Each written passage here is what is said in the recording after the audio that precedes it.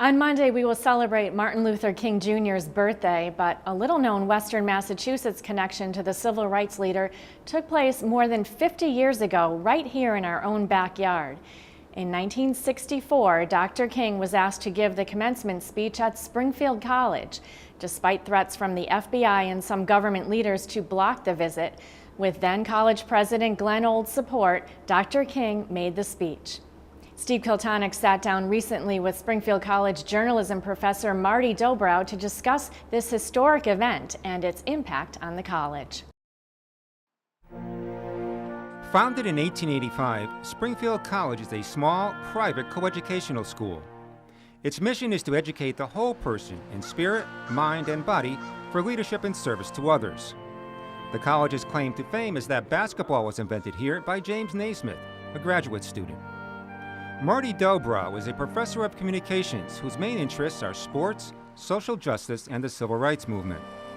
Dobrow was just 7 when Martin Luther King Jr. was assassinated in Memphis, Tennessee, a day after he spoke these prophetic words. And he's allowed me to go up to the mountain. And I've looked over and I've seen the promised land. I may not get there with you, but I want you to know tonight that we as a people will get to the promised land. My mom's response was so haunting, hand to her heart, oh my God, oh my God, oh my God. And I had never seen her like that. And it really imprinted on me that Martin Luther King was a monumentally important person. And I just always had a fascination. While researching the college's commencements, Dobrow was shocked to find that in 1964, the speaker was Martin Luther King Jr.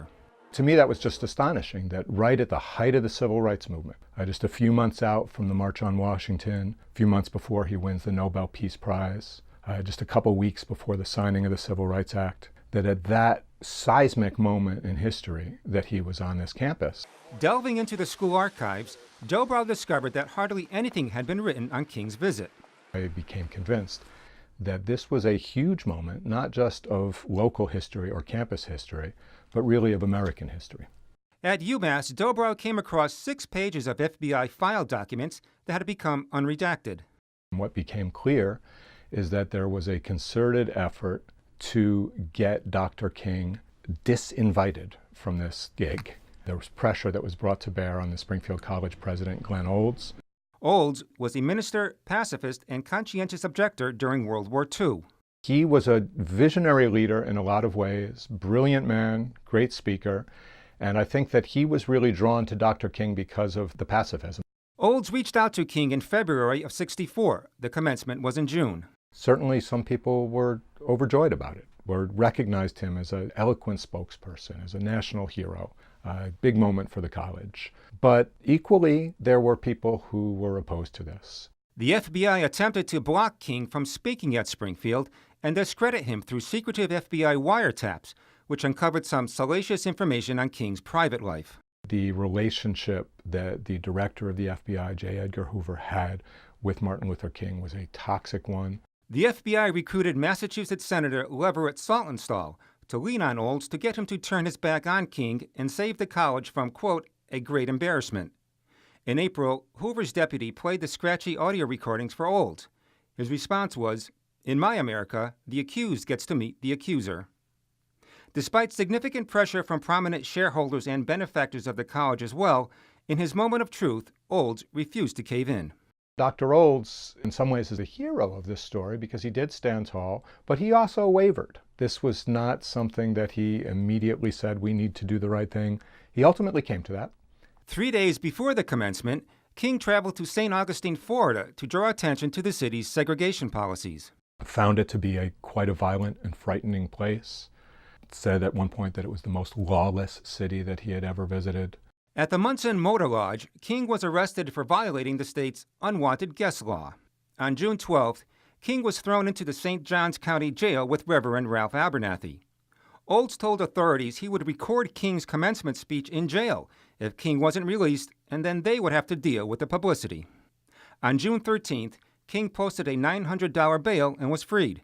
King flew into Bradley Field on Sunday, June 14th, with his wife Coretta Scott King and his personal assistant Bernard Lee. Arriving to bomb-sniffing dogs, King was given a brief tour of the campus, held a press conference, and had lunch with the administration. The commencement was held in the afternoon at Memorial Fieldhouse, a converted Quonset hut. President Olds introduced King to a packed house of over 3,200, praising King for giving voice to the sad silence of the deserving but dispossessed.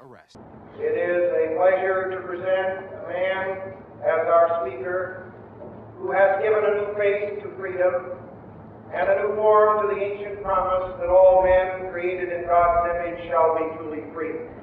During his 30-minute speech, King referenced Jesus, St. Thomas Aquinas, and Gandhi, spoke about segregation, calling it the Negro's burden and America's shame, pacifism, saying the time is always right to do right, and proclaiming we must all learn to live together as brothers or we will all perish together as fools. I believe by standing up with determination against an unjust system, resisting it with all of one's might, all the soul force that one can muster, yet not stooping to hatred and violence in the process, the individual has the strongest force alive in the world. After the speech, King received an honorary Doctorate of Divinity degree with other distinguished guests. Dobrow said many of the students he spoke to were inspired and transformed by King and his eloquent words. Students passing through the campus union are reminded of King's speech by this banner, which depicts some of the events surrounding that visit. According to Dobrow, the speech remains one of the pivotal and defining moments in the college's history. This event is certainly celebrated down in the Springfield College Museum, but I would really advocate for shouting this from the hills, for making this an iconic moment at Springfield College. It is a powerful, powerful story. It's a great lesson to our current students. To me, it's the greatest day in the college's history. Dobrow's mission is to have the college commemorate a statue on campus, recognizing the commencement. In 2006, Dobrow spoke to Olds when the former president was in his early 80s. I think that this was a real high point in his life, one that he was very proud of. Dobrow hopes that we learn from the forces of history, which brought Glenn Olds and Martin Luther King together for one brief, shining moment in 1964. It's just so important that we really hold fast to our past and grow from it. For Real to Real, I'm Steve Kiltonic. To hear the full 32-minute audio recording of Dr. King's Springfield College commencement speech, head over to iobserve.org and click on the link to the Springfield College archives.